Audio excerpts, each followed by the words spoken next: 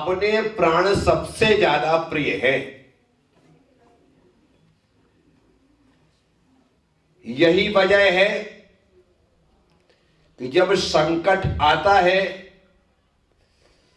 एक साथ कितने लोग वहां पर हैं, अनेकों लोग वहां पर हैं, और कोई ऐसी बात, ऐसी घटना घटित हो जाए कि जहां पर मृत्यु सामने दिखाई दे, तो व्यक्ति सबसे पहले अपने प्राण बचाना चाहता, दूसरे के नहीं।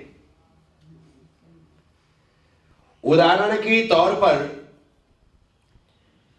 मैं संतरामपुर से ईडर की ओर विहार कर रहा था। मेरे साथ प्रसन्न सागर जी थे। हम थोड़ी देर रास्ते पर बैठे थे। दाहोद निवासी मयंक भी साथ चल रहा था। इतने में एक प्राइवेट बस सामने से आ रही। हम बैठे बिल्कुल एकदम किनारे पे, एकदम किनारे पर, ऐसे नहीं कि भी सड़क पे बैठे। और गाड़ी वाला, बस वाला इतनी स्पीड में कि पूछो मत, और एकदम से हमारे किनारे से बस निकाल करके ले गया। अब वो जानबूझ करके ले गया या अनजाने में ले गया, लग तो यही रहा था कि वो जानबूझ करके ले गया। और कोई दूसरी गाड़ी भी नहीं कि भाई ओवरटेक कर रहा हूं, रास्ता में खाली है, हम लोग बैठे एकदम पास। अब जैसे ही वो पास से लेकर के गया, वो बस आ रही है, मैं तो एकदम से उठा और सरपट अंदर। कहां? जहां पर कच्चा पड़ा था, कांटे थे, सब कुछ थे, वहां अंदर घुस गया। बस निकल गई, कांटे लगे, थोड़ा सब कुछ हुआ, बाहर आ गए। प्रसन्न सागर जी कहते कि वाह भाई, खुद भाग गए, मुझे बचाया नहीं, मुझे बोला भी नहीं। अरे भाई, तुमको भी बस दिख रही है, तुमको भी बस दिख रही है, यहां तो खुद को संभालना है कि ये बचने का वक्त है। तो उस समय बोलने की कोई बात ही नहीं आती है। ये आपको दिख रहा है तो आप भी भागो, मुझे दिख रहा है। तो यहां पर बात यह है कि प्रिय क्या है, तो व्यक्ति को अपने प्राण प्रिय हैं, वो पहले अपने बचाएगा, उसके बाद यदि उससे दूसरे के प्राण बचते हैं तो बचाने का प्रयास करेगा, लेकिन पहले अपने। तो इसलिए भगवान संसार में सबसे प्रिय क्या है, तो बोले अपने प्राण ही सबसे ज्यादा प्रिय हैं। अभी यदि यहां पर कुछ भी हो जाए, एक सांप निकल जाए, तो सभी लोग एकदम से भागेंगे अपने अपने प्राण बचाने के लिए। क्या हो गया? क्योंकि हमें अपने प्राण प्यारे हैं। जो लोग कहते हैं ना कि मैं तुम्हें बहुत प्यार करता हूं, तुम्हारे बिना जी नहीं सकता हूं, ये सब कहने की बातें हैं, ये सब कहने की बातें हैं। लोग मर जाते हैं जिनके लिए कहा जाता कि तुम्हारे बिना मैं जी नहीं सकता हूं, उनके मरने के बाद ही 10 साल जी रहे। क्या हो गया? मर जाते। ये सिर्फ कहने की बातें। ये बोलने में, कहने में बहुत अच्छा लगता है, अरे तुम्हारे तो जान मेरे भीतर बसती है, मेरी जान तुम्हारे भीतर बसती है। सब मालूम किसके भीतर कहां बसती है। अभी ऐसी घड़ी आएगी तो अपनी जान लेके भागेंगे आदमी, तुम्हारी जान की कोई परवाह नहीं होगी। तो इसीलिए सच्चाई यही है कि हमें अपने प्राणों से ज्यादा प्रिय संसार में कुछ नहीं। तो प्राणों से प्रिय हमारे प्राण हैं। यही वजह है कि कोई मरना नहीं चाहता। डॉक्टर भी जवाब दे देना, तब भी वह प्रयासरत रहता है कि किसी प्रकार से मेरे प्राण बच जाए। कोई मरना नहीं चाहता। अब ऐसे ऐसे लोग मेरे पास आते हैं जिनकी उम्र 70-80 साल हो गई, घुटने में, कमर में, सब जगह दर्द हो रहा है। महाराज जी आशीर्वाद दे दो कि घुटने का दर्द ठीक हो जाए। अरे भाई पूरा ऑयल खत्म हो गया, टायर घिस गए, अब क्या उम्मीद लेकर के चल रहा है? विचार कर। ऐसी कंडीशन है जहां पर अब कुछ ठीक नहीं हो सकता है, लेकिन फिर भी वो ठीक होना चाहते।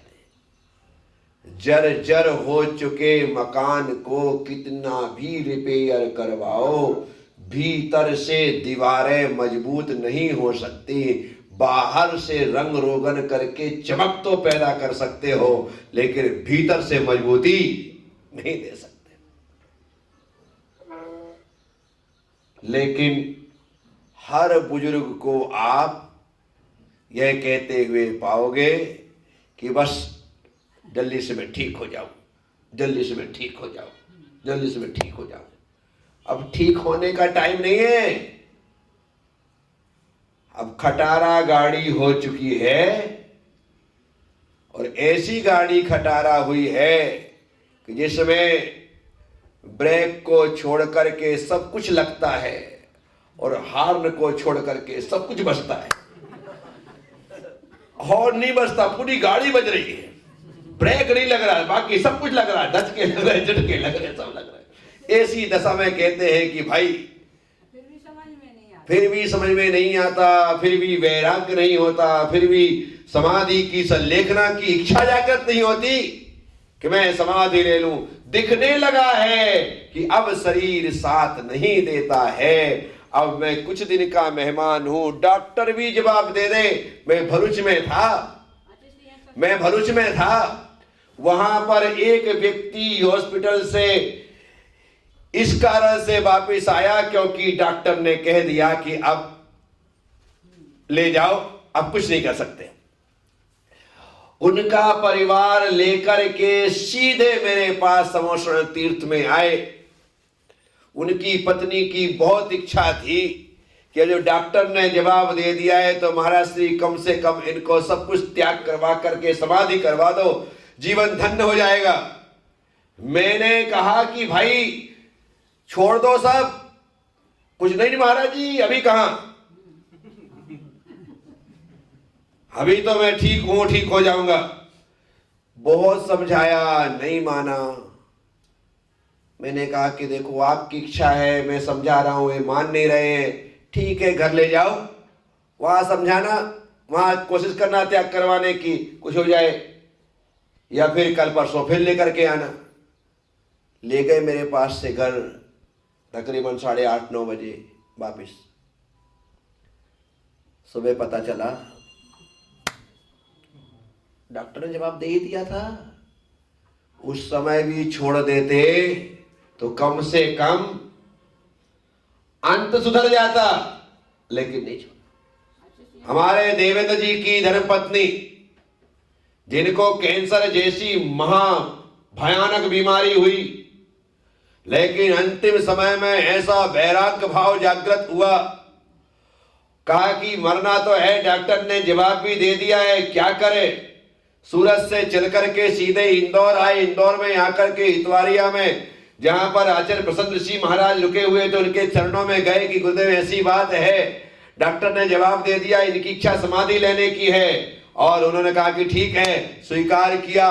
फटाफट उनको स्वीकार करके, हाँ ठीक है, दीक्षा लेना है, समाधि लेना है, हाँ समाधि लेना है, दीक्षा लेना है, सब कुछ मुझे दे दो। दीक्षा दे दी, हारिका बन गई और शांत परिणामों के साथ संसार से विदा हुई। तो ये भाव का पैदा होना भी दुर्लभ है कि ऐसे समय में वैराग्य आ जाए, ऐसे समय में संलेखना का भाव हो जाए। अन्यथा आदमी तो सोचता है कि ट्राई अगेन, थोड़ी और कोशिश करो, शायद मैं बच जाऊं, लेकिन मरना नहीं चाहता है। ऐसी स्थिति बनती है।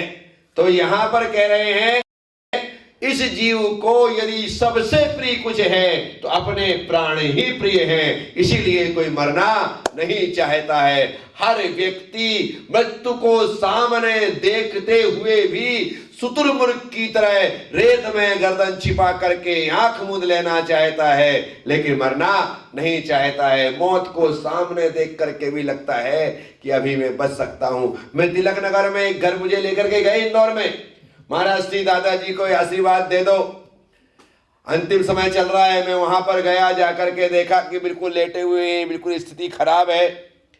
मैंने आशीर्वाद दिया, नमोकार मंत्र सुनाया।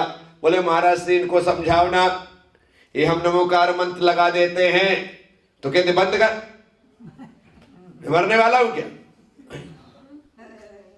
तुम मुझे मार रहे हो। नमोकार बंद करवा देते हैं महाराज श्री, पास में मशीन रखते तो खुद बंद कर देते हैं, इसलिए हमने ऊपर रख रखी है कि ना इनका हाथ नहीं पहुंचता, जा ही नहीं सकते, बंद नहीं कर पाते। अब बताओ, ऐसे लोग भी तो कोई मरना नहीं चाहता। यहां बात यह है कि प्राण सबसे ज्यादा प्रिय है। कोई भी मरणासन्न व्यक्ति भी मरना, नारद जी विष्णु जी के कहने से विमान लेकर के धरती पर आ गए कि सबसे दुखी आदमी को लेकर के बैकुंठ चलना है। पूरी दुनिया ढूंढी, कोई दुखी नहीं मिला। वापस जा रहे थे तो देखा नाली में एक कुत्ता पड़ा है जिसके गले में सड़ांध है, असंख्यात कीड़े पड़ चुके हैं, छटपटा रहा है। नारद जी ने कहा कि क्या कर रहा है यहाँ पर? अरे प्रभु बड़ा दुखी हो, बहुत दुखी है, स्वर्ग चलेगा। अरे इससे अच्छी बात क्या है, यदि मुझे ऐसे कष्ट से मुक्ति मिलकर के मैं स्वर्ग चलूं तो मैं स्वर्ग चलने को तैयार। बोल चल बाहर निकल।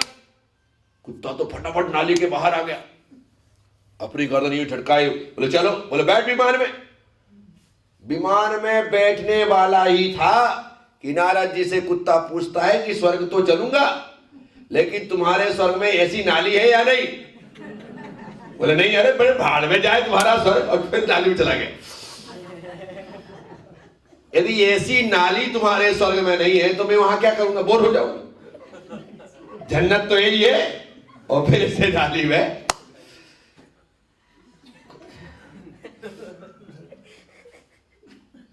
साथियों, सबसे प्रिय प्राण किम प्रेया, बोले सबसे प्रिय प्राणी नाम अश्वः। प्राणियों के प्राण ही प्राणी को सबसे ज्यादा प्रिय होते हैं। तो आप हम जितने लोग भी हैं, कोई मरना नहीं चाहता है। हमें अपने प्राण प्रिय हैं। हम अपने आप को बचाने के लिए अपनों को मरता हुआ देख सकते हैं, लेकिन खुद को मौत के मुंह में कोई नहीं झोंकता है, कोई नहीं डालता है। आप लोगों ने सुना है। ओम नमः, सबसे क्षमा, सबको क्षमा। जय गुरुदेव, जय महावीर।